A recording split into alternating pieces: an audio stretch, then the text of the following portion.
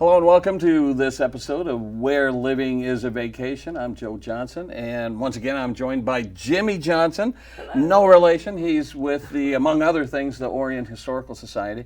And joining us here today is Bob Watros, who's the manager at the Orion Veterans Memorial. Thanks for joining us, Bob. Thanks for asking us. Yeah. So, we have a very special episode here today.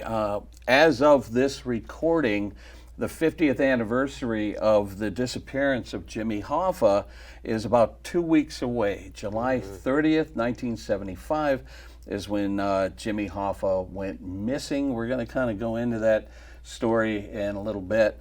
But that's what we're here to talk about. And the conversation for us started about a year ago when we did an episode of this program on Lake Orion's most famous residents. And at or near the top of that list was Jimmy Hoffa. And it's interesting, there's still people that I talk to in the community today that had no idea that Jimmy Hoffa lived in Orion Township. And so that's kind of how that started. And then near the end of 2024, that's when we found out that his former home was up for sale. And we thought, okay, this is our opportunity to maybe get in there and see it. And I got to say that if it wasn't for you reaching out to Dawn Prawl, who was the daughter of the most recent homeowner, I don't know if our documentary, if our video would have ever happened, because once she said, yes, you can have access to the house, that's where it all began. Do you remember that moment of reaching out to Dawn? Yeah, I remember that moment distinctly because I know when I made that post initially, I was just going down the rabbit hole researching other projects, and then Hoffa popped up plus Orion, and I went down that rabbit hole, made the post on Where Living is a Vacation, and then when she commented and reached out to me directly about her father being the homeowner, I'm like, oh wow, we just went on, had to be at least an hour going back and forth in messages of wow. I had so many questions to ask, obviously, what is in there now? Did he keep it the same? Is this missing? Is this there? And yeah. So she went in depth about her dad and background and said, yeah, when I'm in town, because she lived in Florida at the time, when I'm in town. That's so stop awesome. by. So that's kind of how it all started. Now, I do have to go back about 10 years because they did a Hoffa dig at Orion and Adams Road. There's a farm there that had connection to some mobster. I hate to use that term because I don't want them to come after me. Yeah. But when they did the dig, I did some research, and I reached out to Orion Township, and I said, where exactly is Hoffa's house? And they gave me the address, and sitting at my desk here at the Orion Center, I went to Google Maps, and I typed in the address they gave me, and the line that popped up on the map was about this big. And I'm like, that doesn't look right. It's like I'm sitting on top of it. Turns out Hoffa's former home is within walking distance from where we are sitting right now. That blows my mind. I was not expecting that. And so back then I drove to the house. They said, be careful, Mr. Prowl is kind of ornery. So I sat in my car and shot some video of the house and then left before he can yell at me. And little did I know, 10 years later, we'd be inside the house. Yeah. So before we start talking about the timeline, let's kind of recap. So, of course, Jimmy Hoffa was a major figure with the Teamsters, the truck drivers, the dock loaders, that sort of stuff. They all loved him. He was born February 14th, Valentine's Day baby, 1913. That's pretty amazing. He was born in Brazil, Indiana. He lost his father at a fairly young age, and then him and his family moved to Detroit in 1924. I guess he had a couple of siblings. Here's his mother, Viola Riddle Hoffa, and so it was her and the family that moved to Detroit. He ended up leaving school, dropping out of school to work to support the family. And I want to say he worked for Kroger for a while. I think he was like a worker at Kroger, and that's kind of how he got involved with union activities. He then married his wife, Josephine Hoffa, and they bought a little home in Detroit on Robson Street in Detroit. And so that was the home that they moved into when they got married. And then over time, they had two children, James P. Hoffa, who ironically eventually became the Teamsters General President from 1998 to 2021. And so he followed in his father's footsteps and was very, very active with the Teamsters for a long time. So it's interesting to see that name Hoffa later associated with the Teamsters. So pretty fascinating. Was he an attorney, wasn't he? I believe so. I Yeah, think yeah. so, yeah. So, of course, the connection to Lake Orion was that the home in Lake Orion, it started out as their cottage getaway, their escape up north, if you will. And one thing that was really haunting me was trying to find out when Jimmy Hoffa bought that home. And that information does not exist on the internet. The only thing I was able to find in my searches was that he bought it sometime in the 40s is what I saw. And I'm like, I need to narrow that down. I need to find out when he bought the home. And on the left side of this image, you see what the home looked like in the early days without the additions and renovations that had been done to it over time. And so I went to the Oakland County Clerk's office. They sent me over to the Register of Deeds, and they gave me access to their files. And it was within those files that I was able to get some information. And I asked if I can take photos of the little index cards, and they said yes. But the cool thing is, after taking all those pictures and talking to the clerk's staff about what I had found, the one woman says, "Would you like a copy of the deed?" So That's here on the amazing. screen to the right of the house is a copy of the deed dated 1947. So that pinpointed the date that the Hoffa family bought the property in Lake Orion, 1947, which is amazing to me. So I finally got that off my back. Orion Township, they have a bunch of documents that they sent me, and this was one of them. This document is dated, I believe, 1927. 1927. And the arrow is pointing to the parcel of land that Hoffa eventually ended up owning. And the red dot that you see there is where the house sits on that property. Now, he didn't initially buy up that entire parcel of land. Here are the index cards that I talked about that are in the archives of Oakland County. He bought lots 12 and 13, where the house sits, in 1947, September 1947. In 1951, he bought lot 11. So it wasn't all immediately. From 47 to 51, he ended up owning those three lots. He then mortgaged them. I asked the clerk, what are these orange cards that you see on the bottom of the screen? And she said, yes, he mortgaged the property for $12,500 per parcel. And I was like, well, that's interesting. And I'm not sure what he mortgaged them for, what he did with that money. But eventually, he bought lots 1 through 10, which again take you all the way to that farthest point. So he bought up the whole, almost the entire Avalon Beach area on Square Lake in Orion Township. To the right of that property are his neighbors that had homes over there. So in '66 is when he bought lots 1 through 10 and ended up owning all that property there. So the garage then that's over on Allendale, Yeah. that's like the home. There's like a upstairs living and then a garage. What was that lot? Is that kind of like the lot?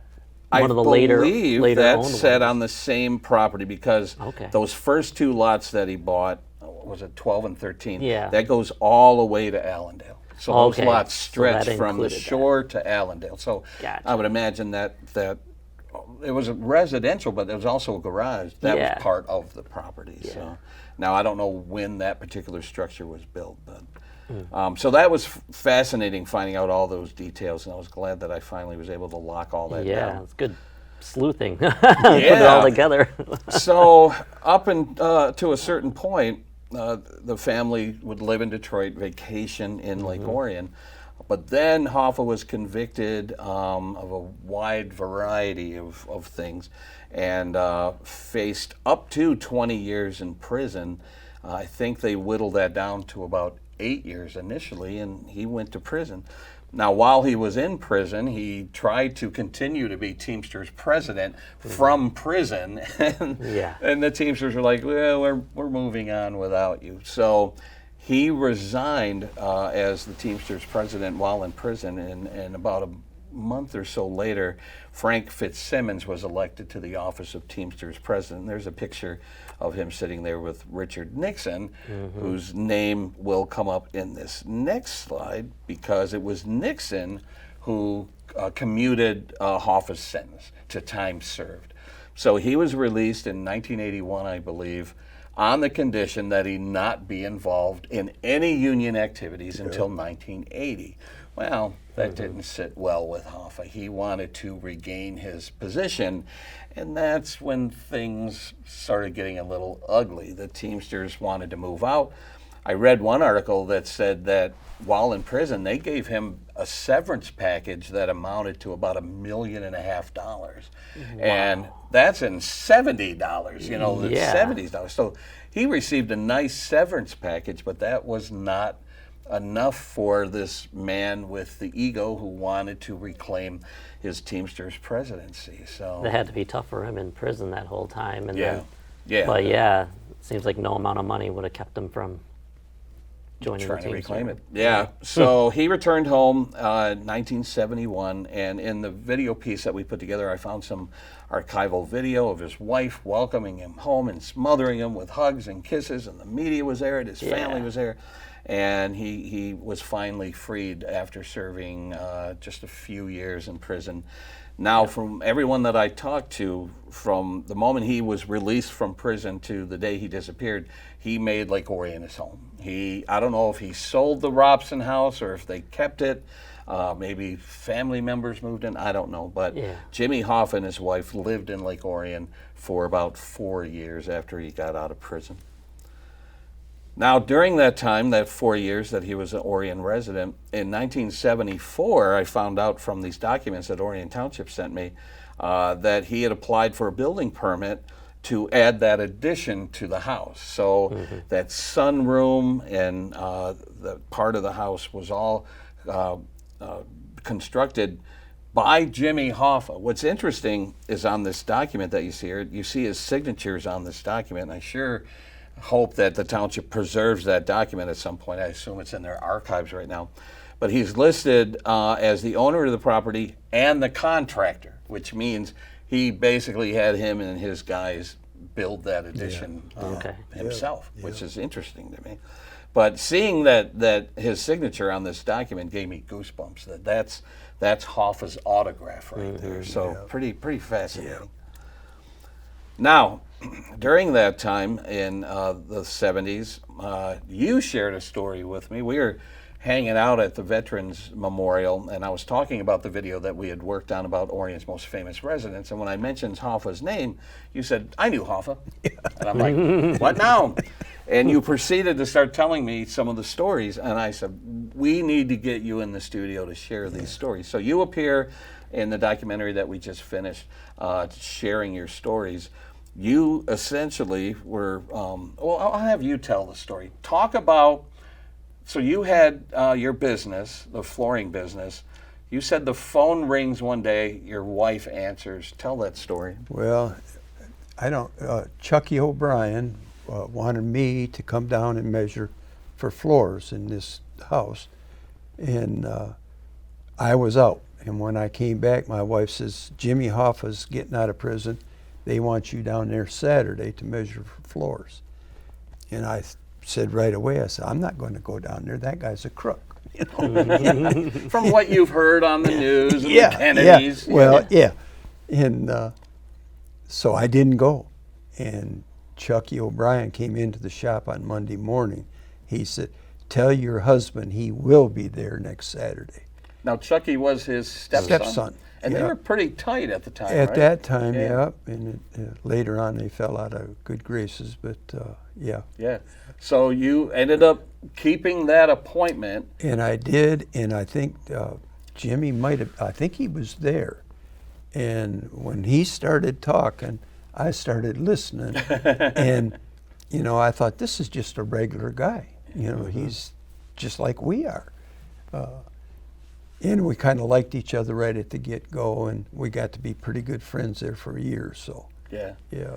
And so you went in, you carpeted almost every square inch of the house. Now you said the kitchen and that sunroom were more of a linoleum type Well, thing? yeah, it was a hard surface, we called it at that time. And we were there putting down underlayment and getting ready to lay the linoleum on top.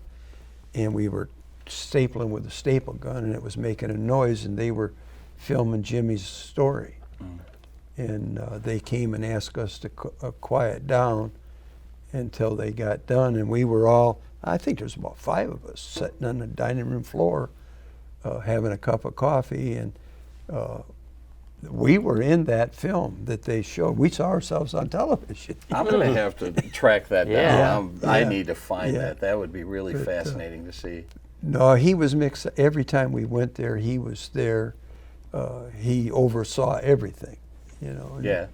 Now you tell a story in the documentary, and whenever people see it, they kind of laugh out loud. But you would overhear phone conversations, and the photo that I have on this presentation is him sitting in that chair on the phone. And the chair that you see in the photo on the right is the same chair that Jimmy Hoffa is sitting in. But you would overhear phone conversations, and you tell the story about him coming out of a room telling you about Richard Nixon. Tell that story. Well, he came up, and I don't know why he did it, but he said, Nixon's going to retire tomorrow. And I said, how in the hell do you know that Nixon's going to retire? And he says, I was just talking to Kissinger on the phone, you know, and just nonchalant. I was talking to Kissinger, you know. And then the headlines, Nixon resigns. Yeah, and the next day- Hoffa was privy to that Sure information was. before the Yeah, general public. sure was. That's fascinating. Yeah. to me. Yeah. And that you, a flooring installer, Nobody. knew before Yeah. anybody. Yeah. I could have been on the news. Yeah. I heard it through the grapevine. That's fascinating. That's really amazing. You were a witness to history. It's Yeah, I never even considered that. But Yeah. Yeah. So just about every room in the house. So the living room where Jimmy would sit on that sofa. Here, let me advance the slide. That sofa that you see in the picture, that was the Hoffa sofa. There's a photo of Josephine and Jimmy sitting on that sofa. So there's this blue-green carpeting in that room, and then, of course, the pine paneling behind it. When you go upstairs, there's multiple bedrooms upstairs, and each room had a different color carpet. There's a red carpet. There's a lime green carpet in this room. So you installed all that different Yeah, we carpeting did. upstairs, downstairs? All of it, yeah. And that pine paneling was in Yeah. every room of the house. That had, Well, I don't think we did all of that, though. I Okay. think we did a lot of repair work on it. Okay. And there was a place downstairs as you went in that door. Oh, yeah. As I remember, that was all. We did that. Okay. You know, we did yeah, all so there's Okay. like a red carpeting in Yeah. the base. Yeah. It's weird. It looks and feels like a basement, but if you enter the door on the road side of the house, you walk right into the basement. But Yeah. there's stairs that you go down to enter it. So it's kind of odd that it's on the lower level, but it's on the ground level on the one side of the house. But yeah, so that has a red carpeting, and that's where a lot of Jimmy's artifacts and stuff were stored for 40 plus years, 50 years. So yeah, it's really fascinating to see all that. Now, in the course of doing the documentary, I found out, like yourself, there are a lot of Lake Orion residents who had encounters with Jimmy Hoffa and shared those stories in our documentary. One of them, Terry Stiles, who is the manager with Oxford Community Television, she shares a story how she used to go to Richardson's Farm Dairy, and you shared an ad from Richardson's Farm Dairy that appeared in the local paper. But her sister worked there. Terry worked at Hardee's, which is now Starbucks. She would go over to the dairy to hang out and wait for her sister to get off work. And Hoffa would be a regular there, licking an ice cream cone, meeting with locals. You've experienced that. Well, he would stand right outside the door on the sidewalk and eat his ice cream cone and greet the people as they was coming in and out. Yeah. You know. Yeah, so imagine going, taking the kids to get an ice cream, and you're like, "Aren't you Jimmy Hoffa?" Yeah. And he's like, "How are you?" And he must have just loved the attention, loved meeting people, talking to people. Yeah, you yourself said he was a talker. Well, he was a talker, and he would call me, and I'd get to our shop early, and he knew I got there and I was up and about, and he'd call me up in the mornings, you know. Wow. Yeah. That's fascinating Yeah. to me. So then, Rosemary Cole Ford, who's a longtime Lake Orion resident, she told the story of when she was a teenager. She worked at Van Wagner's drugstore at the corner of Flint and Broadway. And if you look at these photos, this comparison, Hanson's now occupies the space, but that corner is unchanged. Yeah. Other than bigger trees, Yeah. it's exactly the same. And so she told the story of when she was a teenager working at Van Wagner's, that when the Hoffa's grandchildren would come to visit, they would pop in to buy babies' diapers and powder and supplies and formula, I guess. So he would pop in occasionally, and she would be like, "Do you know who that is?" Because even as a teenager, she knew that was Jimmy Hoffa, one of the most powerful men in the country, was Right. coming into Van Wagner's to buy baby formula. That's amazing. Yeah. So she shared that story. That was really interesting. Steve Hawkswell, who is now the commander with the American Legion in downtown Detroit, I brought up Hoffa's name to him, and he said, "Yeah, I met Hoffa." So where Vet Products is now located on Clarkston Road, that used to be a Handy Andy hardware store, and Steve worked there and had encounters with Hoffa. He said they would give out coffee and donuts, and Hoffa would show up to enjoy the coffee and donuts and hang out. And so that eventually became Vet Products. Neil Porter, who used to be on the township board, he bought that property, built Vet Products, but he also told me how he had a produce store that was not too far from that location. And he told the story about how he told his daughters at the produce store, they had a classic car. It was a Packard, Packard. that Big- once big one. belonged to Yeah. Rockefeller. And they would have it at the back of the store, and he would tell his daughters not to let anyone touch it. Well, he says he comes into work one day, and his daughters are looking nervous, and he said, "What's up?" And he said, "We let somebody back there." And he said, "Who'd you let back there?" And they said, "Jimmy Hoffa." And he went, "Oh, well, that's okay." Yeah. So Jimmy Hoffa went back and saw that car, which Neil still owns Yep, today. He has it on the property at Vet Products. I got to see it a number of years ago when he opened up the collection to the public to come in and see it. So it's really cool running into people who've had those encounters. And the general consensus is he was a great guy. He was a family man, friendly, and everybody liked him. It's not that image that the media has portrayed Right. of being, this mobster, crooked guy. People liked him that knew him well. He was out and about in the community. It seems like he was showing He up in didn't know different how places. important he was. Yeah, exactly. But I think he enjoyed the notoriety. I think he enjoyed the power of being the Teamsters president. The Teamsters loved him, and I think he enjoyed that, and he didn't want to give that up. Yeah. Now, one of the most fascinating stories that I kind of accidentally stumbled on as I was researching this video that we put together is these photos that you see here on the screen. They were taken by Free Press photographer Tony Spina, award-winning photographer who passed away in 1990, I think, somewhere around there. He went to Hoffa's house here in Lake Orion to just have some file photos. There was talk that he was going to try to run for Teamsters president again, so the Free Press and Newsweek magazine said, "We just need some photos of Hoffa. Go take care of it." So Tony Spina himself told the story of how he went to the Lake Orion home, took some photos of Hoffa on the property, and overheard Hoffa say to his wife, "Don't worry about lunch. I have a lunch appointment." So after they're done taking photos, Hoffa goes to his notorious lunch appointment. Now, one of the cool things about these Tony Spina photos is that the photos captured identifying markers on the property that still exist today. So on the left, I'm standing in front of the same chimney that Hoffa is standing in front of. He's sitting on a picnic table that only recently got thrown away. It had been sitting on that property for decades, but it just rotted. The wood rotted, so they were forced to throw it out. But if you look in that center photo over Hoffa's head, you see that totem pole that faced Square Lake. That totem pole still stands there today, overlooking Square Lake. And being restored, too, I heard. It is, yeah. I'm really excited that they're not going to bulldoze it. Yeah. I would have gone on the property and stolen it if I heard they were going to destroy it. Yeah.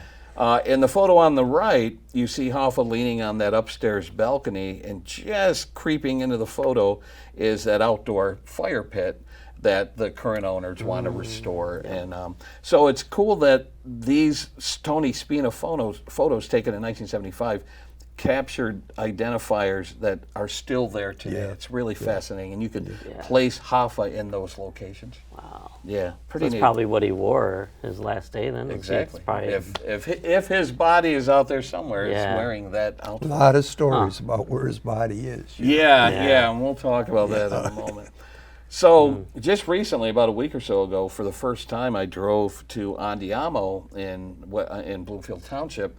That used to be the Macus Red Fox restaurant, where he went to have the lunch meeting with some associates.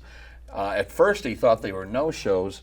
He walked over to the shopping plaza that exists behind the restaurant. There was a hardware store there. He used their payphone, I guess, to call his wife and said, "These guys are a no-show." He said, "I'm going to grab some steaks. I'll come back. We'll have a cookout at the house." Well, apparently, I would imagine immediately after he got off the phone, this 1975 maroon Mercury Marquis rolled up with 3 of his associates in them. They said, "Hop in." They took him to another location nearby, which was the home of one of the figures that is connected to this. So they never entered the restaurant. They just met there as a meeting point.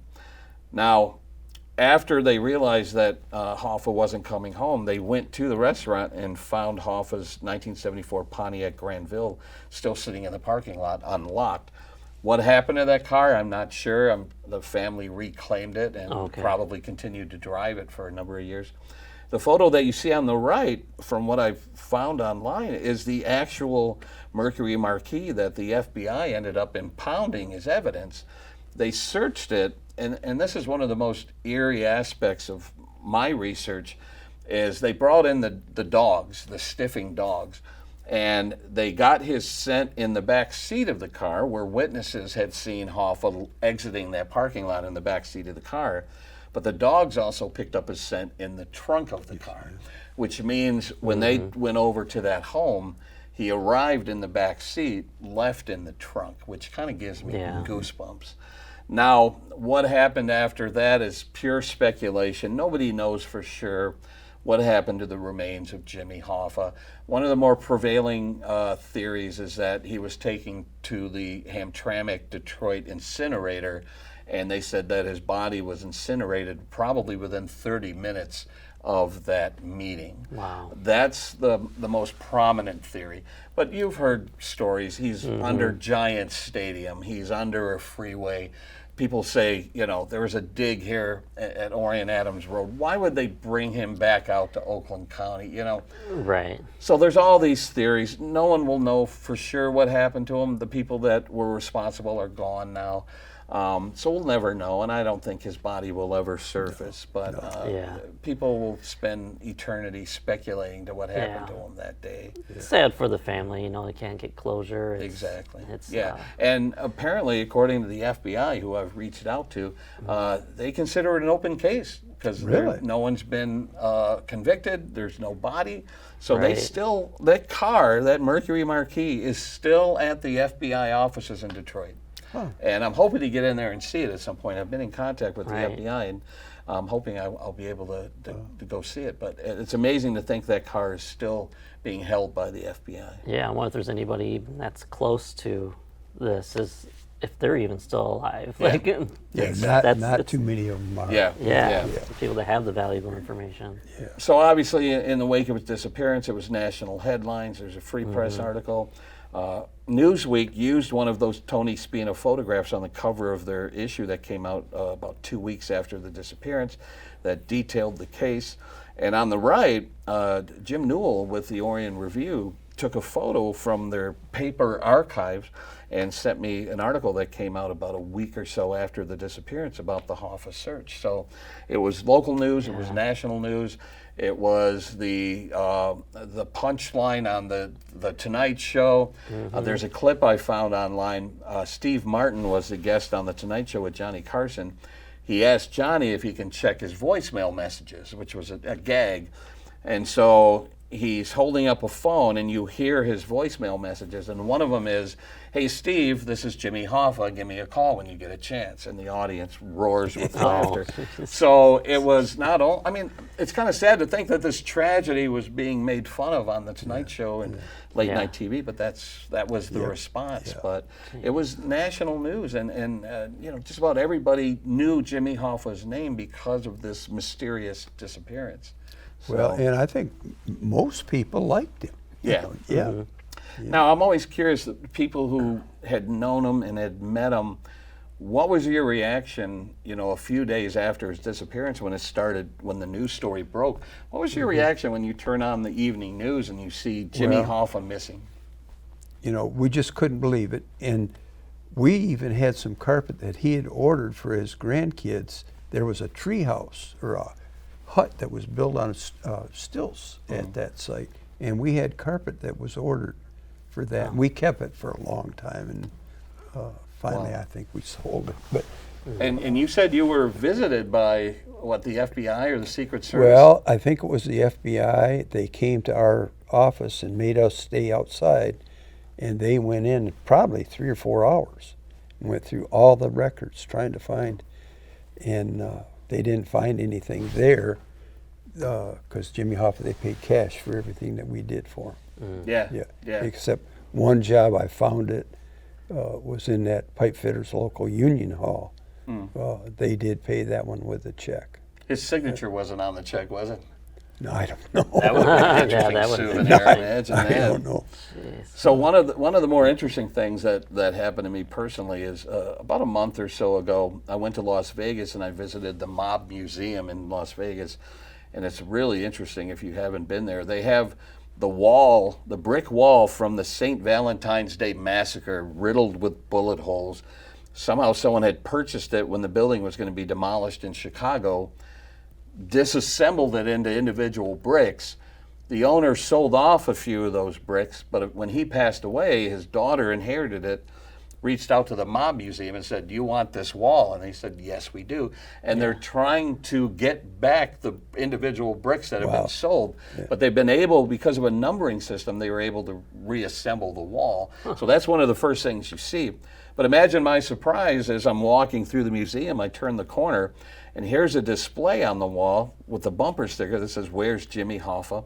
And below that, you see a picture of Hoffa with Bobby Kennedy, who had turned his back on Jimmy Hoffa and the Teamsters and started to investigate them for their mob connections.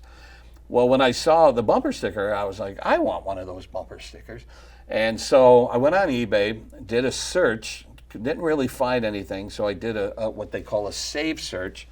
And literally just days after coming home from Vegas, I get a notification from eBay, and I go to look at it, and there's a laminated bumper sticker that says, "Where's Jimmy Hoffa?" And it was only like $25. And I said, here's my chance. So I do the buy it now. I buy it, and as I read the description, here's what the guy says. He says, he was a Michigan guy, he was from Tecumseh. He said, "I've owned 2 of these bumper stickers. The first one I sold to the Mob Museum." So the sticker that I saw at the Mob Museum, that guy put up his second sticker within days of me seeing the first one. I ended up owning it because I saw the one at the Mob Museum. That blows my mind. It's not a reproduction. It's one of the original It's one of the ones. originals, but he laminated it to protect it, so it's in pristine condition. So I made that part of my collection at home, and that's an amazing coincidence that bumper sticker became available just days after I saw its brother at the Mob Museum. Yeah. So that's pretty incredible. So I believe it was 1980 when Josephine passed away. She continued to live in that house for a number of years, from what I'm told. Hoffa was declared legally dead in 1984. 84, 83, something like that, Yeah. where selling the house. You know what's interesting about that? Someone pointed this out to me the other day. They Googled Jimmy Hoffa to find out how old he was when he died, and they listed his age at like 69 or something. And I'm like, he wasn't 69 when he disappeared. Well, they consider his age up to the date he was declared legally dead. Not the day when missing. So even though Okay. he disappeared in 75, which would have made him, I don't know, my math is off on this, but so there's conflicting ages of when he vanished to when he was declared legally dead, which Yeah. could be confusing for some if they're looking up that information. That would be online. 62 then. If he would be, Yeah. he went missing in 60. He Yeah, was age yeah. 62. So it's interesting declared that at they 69, consider yeah. that his age when he was declared legally Yeah. dead. So that's fascinating to me. So after Josephine passed away, and I guess after Jimmy had been declared legally dead, James P. Hoffa, the son, decided to put the property up for sale. Wayne Daniel Prawl ended up purchasing the home with an extra offer to keep the possessions. So the Hoffa family took some personal effects, some clothing, some paperwork. We were told that they had a bonfire on the property to get rid of a lot of paperwork that they Yeah. didn't want anyone to get. And so Wayne Daniel Prawl bought the house with all of Jimmy Hoffa's possessions. And it's interesting because you see articles online that go, whatever happened to Jimmy Hoffa's possessions? They sat in the house for 50 years or 40 years or whatever. So Wayne Daniel Prawl inherited it. They sat in their original spot for all those years, and his belongings accumulated on top of Hoffa's belongings and got all intermingled. Yep. A neat little footnote, this photo that you see here on the screen, standing there with Wayne Daniel Prawl is Nicole Curtis Yeah. of Rehab Addicts HGTV. Apparently, she had approached him about doing a renovation show on the Hoffa house that he politely declined. Never knew that. Okay. Yeah. And Dawn just recently told me, Wayne's daughter, he was also approached by the American Pickers, and they wanted to pick the property, and he politely declined that as well. So Oh, wow. pretty interesting. Yeah, People I didn't know came that. to him because of the history of the house, and he would politely decline these Yeah. offers. Well, Don kept saying like there's, he left things exactly how they were when he took over the house. I mean, down, that chair is sitting in the same yeah, spot. down to the Dixie cups that are in the medicine cabinet. Yeah. And Yeah. the Band-Aids, like it's not touched. I'm like, Yeah. wow, really? That's We why I had was so heard stories fascinated. early on that there was medication with Hoffa's name, like still on the Hmm. prescription, like that. I remember learning that fairly early on. So I would imagine somebody ended up with that somewhere. Dawn Prawl, the daughter, she has a lot of stuff in storage right now, and she's considering donating some of that to museums and things like that. There's like artwork. There's paintings that were given to Exactly. Hoffa, dedicated Yeah. to him, thanking him. So Yeah. Now the Orion Historical Society got some pieces. You ended up with some newspapers and magazines and things like that. some and- decor, little Yeah. decor pieces that were left behind from Yeah. Josephine and the family, and Yeah. yeah. So, but Dawn still has a lot of stuff in storage, so we're curious to see what happens to that. Yep. When you and I entered the house in February, there was still snow on the ground. Yes. And this is how we found the house. The kitchen ceiling was caving in from water damage. Yes. All that insulation was hanging down.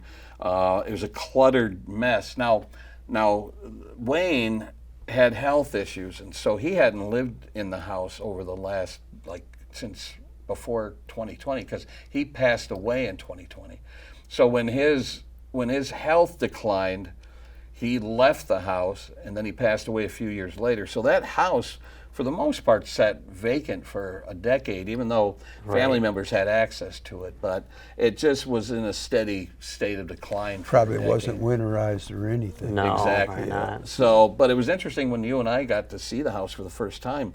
There were some pamphlets with Hoffa's face on it that he had printed up as he campaigned for the Teamster presidency again. To turn a corner and see Hoffa's face staring back at you was eerie. It was ghostly. It was fairly interesting. One of the strangest things, though, was to see him dressed up, kind of distinguished looking. Yeah. And then he could look like us. Yeah, Yeah. exactly. With his work clothes on. Yeah, Neil Yeah. Porter said that when he would come into the produce shop or whatever, he just had shorts on, Yeah. that sort of Yeah, stuff. So even the old tractor, they're saying, John was saying, the new homeowner, Yeah. the lawn tractor's still there, and there's photos of him riding the lawn tractor yeah. with his grandsons. Yeah. Like, he cut his own grass. He didn't have a lawn service come out. Yeah. So the Prawl family, Tim and Dawn, they put the home up for sale. They said they just weren't interested in keeping it. They didn't live in the area. Initially, it was going to be sold all as one big parcel for about $600,000. There were no takers. They split that into 2 sales, the property with the home on it, and then the empty property. So the Hagens, is it? Yeah. The Hagens came in. He has a history, John, of remodeling homes. He swooped in when they split the parcels. He bought the parcel for about $250,000. He's in the process of remodeling the home. I asked them when I interviewed them, what kind of interesting finds did you have? They found a bottle of liquor that was kind of tucked away in the Crown kitchen. Royal, that was in the very back of the cabinet. Yeah. I wouldn't think he drank. No, she said that the bottle kind of was dated after he had disappeared, so more than likely belonged to a family member or something. Yeah. Now, I think one of the more interesting finds that they had was they found some books that listed the who's who of Detroit, and Hoffa was listed in the book, and there's a blue pen mark next to his name, which we have to assume was Hoffa highlighting his own name in the book, which is fascinating. Yeah. But they also found this Teamsters song, which I can't find any recording of. Someone needs to record this Teamsters song. But imagine, again, finding a Hoffa artifact connected to the Teamsters. That's really fascinating. Yeah, it's fascinating. Did they say where they found the Teamsters song? Was that in and around I the think it book? was in one of those Who's Who books. Like as Who. they were flipping Gotcha. through it, this loose paper fell out and it was the Teamsters song. Huh. So they are in the process of gutting the house and making it livable. And it was shocking when I went in there a few weeks ago that it's down to the studs in some of the areas. Yeah. And so I asked if I can have some of the wood paneling and some of the carpeting. And so John was nice enough to give me some of those samples. And so what I'm doing with some of it, and Bob, I want to present this to you now, is I've cut the paneling and the carpeting into smaller pieces, and I want to give this to you to keep. But that is a sample of the pine paneling and the shag carpeting that you had a role Lake in Orion. installing in that home. Well, thank you very And much. I've made up a few of those that I'm going to give to friends and family and people who are interested in Jimmy Hoffa. Thank you. And I thought if anyone deserved to have a piece Yeah. in their home would be the man who installed this carpeting. Right You recognize the work? But yeah, it really caught my eye, and so thanks for sharing your story with us. Like I said, you were a witness to history, and I'm glad we were able to capture it. And Jimmy, what is there anything that I missed? Like, what was some moment that really stood out to you as we went on this journey? When through this journey, like having the home tour with Dawn through the house. That's right. So Dawn us took a us through story. the house, and she was able to point out Yeah. what belonged to Hoffa and what belonged to her father. Yeah, so she was pointing at like all the furniture, the mid-century modern furniture. That was all Hoffa's. They didn't take that. But there was the one room where the tile was all missing in the top. Oh yeah. And they had the leak, and Dawn's family was trying to fix that, or Dawn's father was trying to fix it. And then when he reached up there, he found that black wallet. Yeah, He did you pulled hear down the this black story? wallet. No. So they found a $5,000 in wallet there. hidden in the plaster, and when he opened it, it was full of crisp $100 bills. And you said what? $5,000 was the total? and a Bible verse. Yeah, like a in prayer card. Prayer And card, it makes you wonder. Is there more of that hidden somewhere on the property? Because I have to imagine Hoffa probably had some emergency funds stashed away in the home. And so far, the Hagen couple hasn't reported any major finds like that. But No. just got to wonder if there's things buried on the property. I would love to get through there on a metal detector. There was a lot of people that was always coming and going to that house. And they was all black cars. Yeah. He would hold press conferences and stuff at the fence line on the property, and a lot of associates would come and go. And it's history right here in Lake Orion that this community was a part of. And There are people who were aware of it, but there are a lot of people who had no idea. When I chat with somebody in the community and I bring it up, they're like, "Oh, I didn't know that." Yeah. And it's like it's a big part of Lake Orion's history. I remember in the house too, when we were walking around, we saw on walls there were switches here and there on walls, and I'm like, where do these switches go to? I know there's a box in the basement. I'm like, oh, I wonder if this was some sort of primitive form of alarm system of some sort could to have alert. been. Yeah. But because it wasn't like a light switch, it was just a little metal knob Yeah. that you can switch on and off, and thought that was neat. And the jukebox was neat, jukebox and the was bar in the fascinating. basement. They said that he had the jukebox wired to an outdoor speaker system, so somebody can be in that basement area, play a song on the jukebox, and it would play on the property outside. So you can imagine what parties Yeah. were like on the Hoffa property. Yeah, I guess he loved his son, his grandsons, and Oh, we his got to talk about grandchildren that. too. The playground equipment. The playground's still there. On the property, kind of hidden behind new growth, are ghostly remnants of a playground with little horses on springs, seesaws, swing set, and a slide that I would imagine his children and grandchildren played on. And Yeah. they're sort of hidden within that growth, but it's very eerie to stumble onto that and Still see that. there, and like the concrete, the little with the spring underneath it. Yep, yep. I didn't know if they got those concrete animals from the concrete place that is near the high school there. It's Yeah, Strips so and do you remember there was like 24. a lawn ornament place on Lapeer Road? Yes, I do. Yeah. Yeah. From what we were told, Skelnick Ford's there now. yeah, they're building on that property, yeah. But we were told that Hoffa got all of his decorative lawn ornaments, possibly even that totem Yeah. pole, from that concrete monument place on Lapeer Yeah. Road. It's really interesting. Even like I think the monument that that Josephine had there, where he would, after his disappearance, it was almost like a makeshift, like a memorial Shrine shrine, or memorial, yeah, to yeah. Jimmy Hoffa. They And that's uncovered still there, that, right? and that's Yeah, still they there on the just- property. We just heard that they had found that on the property. Yeah. So, but even like as they on the concrete stairs that head out to the lake, you know, there's like initials faintly that John and his wife found that had like a J and O in there, and we're like, oh, I wonder if it's for Josephine. And when they were laying the concrete, so there's like little, they're discovering things here and there. So like, keep following their Facebook page when they discover stuff. But I think he wanted, and he was going to get back into the Teamsters. Yeah. You know, there was Yeah, no that was doubt the about that. And that's what was his downfall. Now there Yeah. was talk that one of the conditions of his release from prison is that he may have become an FBI informant.